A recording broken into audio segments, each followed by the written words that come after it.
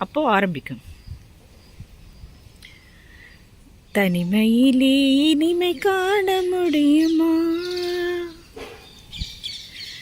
தனிமையிலே இனிமை காண முடியுமா, நள்ளிரவினிலே சூரியனும் தெரியுமா, தனிமையிலே இனிமை காண முடியுமா, நள்ளிரவினிலே சூரியனும் தெரியுமா, தனிமையிலே இனிமை காண முடியுமா,